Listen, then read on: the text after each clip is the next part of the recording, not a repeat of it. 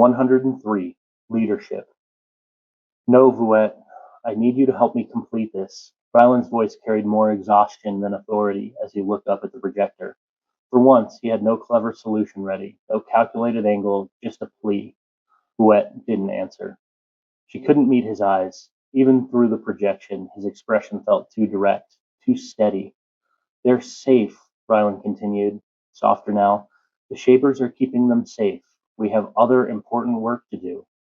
The Shapers? Vuet spat the word like it burned her tongue. The organization wiping out worlds is going to keep them safe?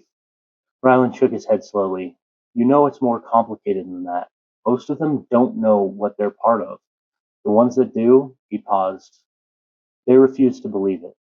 They're monsters, Vuet snapped, and we can finish the work once we deal with them. Ryland leaned back in his seat and laced his fingers behind his head, staring at the ceiling for a moment before looking back at her. What will you do once you rescue them? Vuet's jaw tightened and she looked away. They can help, she said finally. Help me, help us. We could finish this tedious work twice as fast. What if this work is what defeats the Shapers? He raised an eyebrow and lowered his arms. Vuet straightened sharply. It's not, she said quickly.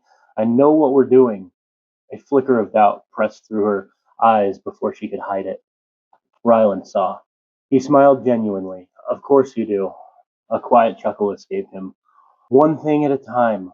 We won't do ourselves any favors by splitting our focus. Vuet sighed and rolled her eyes, but the gesture lacked conviction. If you want to rescue our new friends and babysit them while we finish this, you're welcome to. It was a concession, but a measured one. He didn't believe she truly wanted that burden. Fine, Vuet said. This will go twice as fast with their help anyway. She stepped away from the projector and moved towards the front of her cargo container. Vuet, Ryland stood, stretching slightly. There was a warning in his voice. She didn't look back. Instead, she gathered a bag and slung it over her shoulder. As she passed the projector, she paused only long enough to sever the connection. The screen went dark. Outside, wind moved across the cliffside in restless bursts. The canyon below waited, raw, unfinished, and impossibly vast. Vuet paced along the edge, boots scraping stone. Was this leadership or impulse? She stood there for several long minutes, replaying the conversation in her mind, every step that had brought her here, every compromise, every decision. This wasn't the life she'd imagined. It wasn't any kind of life someone imagined. A low, questioning hum rose behind her. Click Click crested the hill, his shell catching the fading light.